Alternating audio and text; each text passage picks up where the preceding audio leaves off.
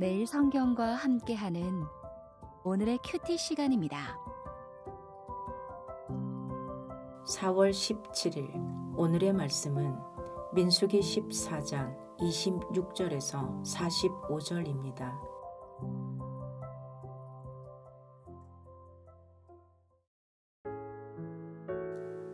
여호와께서 모세와 아론에게 말씀하여 이르시되 나를 원망하는 이 악한 회중에게 내가 어느 때까지 참으랴.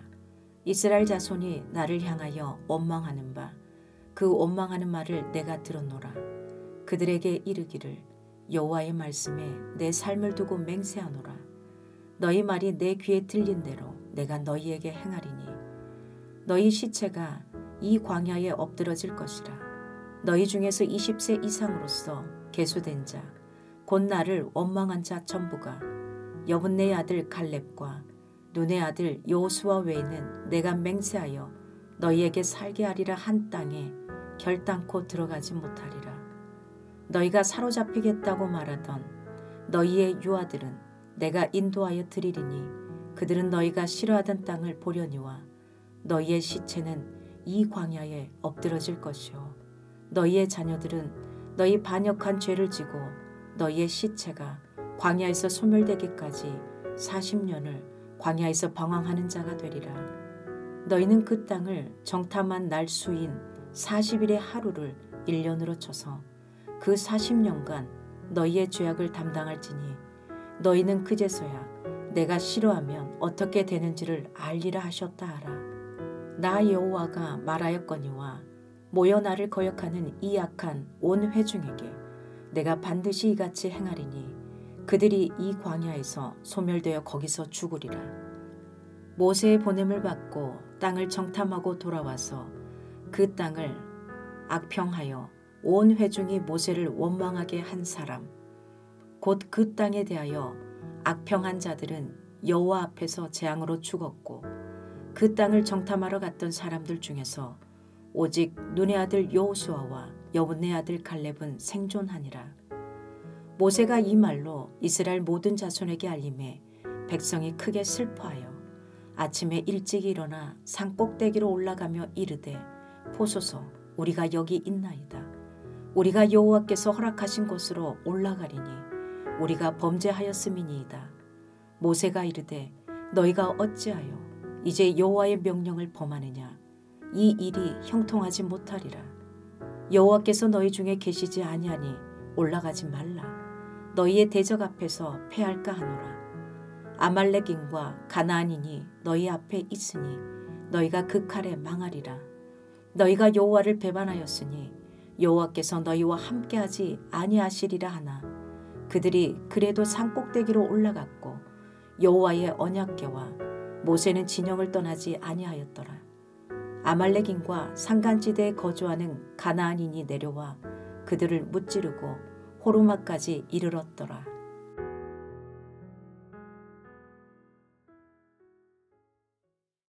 주님의 평강을 빌겠습니다.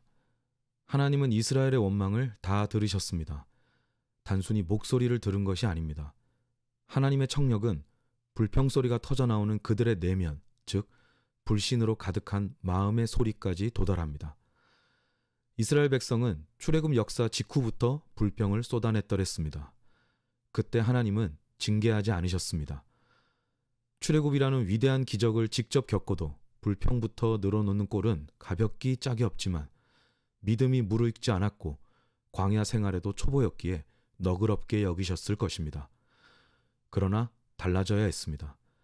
특별히 황금송아지 사건으로 멸절을 자초했다가 하나님의 인내와 희생으로 구사일생한 일을 기억하면 더욱 그렇습니다. 불행하게도 그들은 달라지지 않았습니다. 도리어 가나안 땅 점령을 앞두고 결정적인 반역을 일으키고 말았습니다. 그로 인한 하나님의 아픔과 인내를 우리는 가늠하기 어렵습니다. 광야 백성은 약속의 땅을 두고 자신들을 집어삼킬 땅이라며 싫어했습니다. 하나님과 그분의 약속을 싫어하는 마음의 집약적인 표출입니다. 그들이 가나안 땅에 들어가는 것을 싫어했듯이 하나님도 그 일을 싫어하면 어떻게 되는지 가르쳐 주십니다. 용서의 은혜는 입었지만 징계가 불가피했던 것입니다. 그들은 광야에 살면서 쓰러지고 소멸될 것입니다. 이렇게 보면 그들을 삼킨 땅은 정작 가나안 땅이 아니었습니다. 불신과 반역으로 물들인 광야 땅이 그들을 삼키는 땅입니다. 이 대목은 삼키는 땅과 약속의 땅에 대하여 진지하게 생각하도록 합니다. 오늘 말씀에 비추어 우리의 삶터와 그 위에 선 우리 자신을 성찰해야겠습니다. 우리가 선 곳이 제 아무리 유리한 조건일지라도 불신과 반역의 심성에 노예 노릇을 한다면 약속의 땅이 되기 어렵습니다. 반면 열악하고 불확실한 곳일지라도 신뢰와 소망으로 선다면 주님의 새 일을 볼 것입니다. 삶은 유동적이기에 자의 혹은 타의로 몸담았던 일터, 지역, 관계가 바뀔 수 있습니다. 그러한 변화 속에서도 하나님을 향한 신뢰와 소망을 변함없이 견지하십시오. 그와 어울리는 삶의 방식을 구현하십시오. 그것이 약속의 땅을 살아가는 길입니다. 가나안 정탐꾼 중 여호수아와 갈렙을 제외한 나머지 사람들은 재앙을 맞습니다. 그들이 벌인 사태가 그만큼 심각했음을 의미합니다. 그들의 정탐 보고를 되짚어보면 모두 틀린 말은 아니었습니다. 첫째, 가나안 땅은 젖과 꿀이 흐르는 땅이다. 둘째, 그곳에는 막강한 토착민들이 살고 있다. 두 진술 모두 사실에 입각했습니다. 그런데 중요한 한 가지가 빠져 있습니다. 신앙적 관점입니다. 그들이 파악한 사실은 불신과 두려움의 관점에 결합해 치명적인 반역을 일으켰습니다.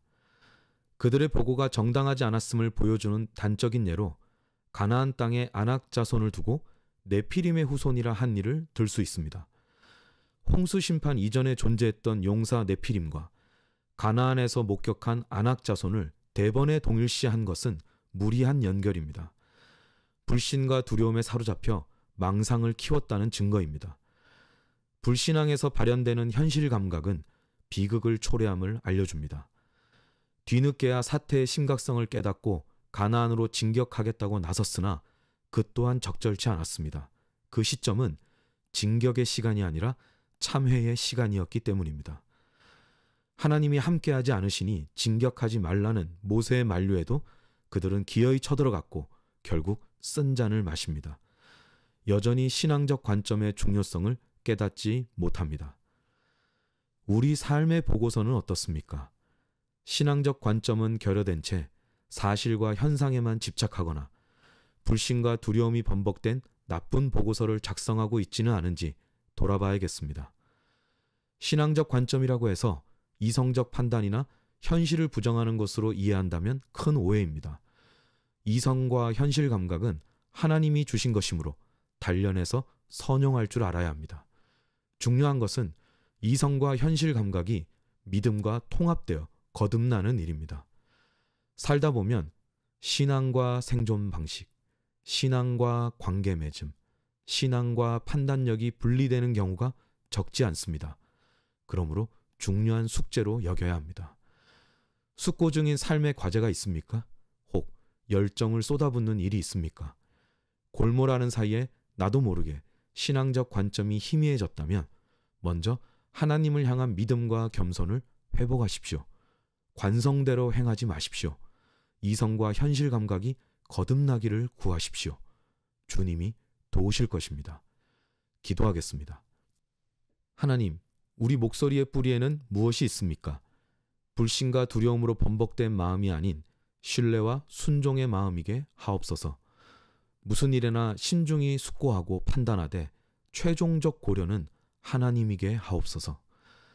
하나님이 새롭게 빚으시는 이성과 현실 감각으로 주어진 하루를 살고 싶습니다. 우리가 선 곳이 약속의 땅이 되게 하옵소서. 예수 그리스도의 이름으로 기도합니다. 아멘.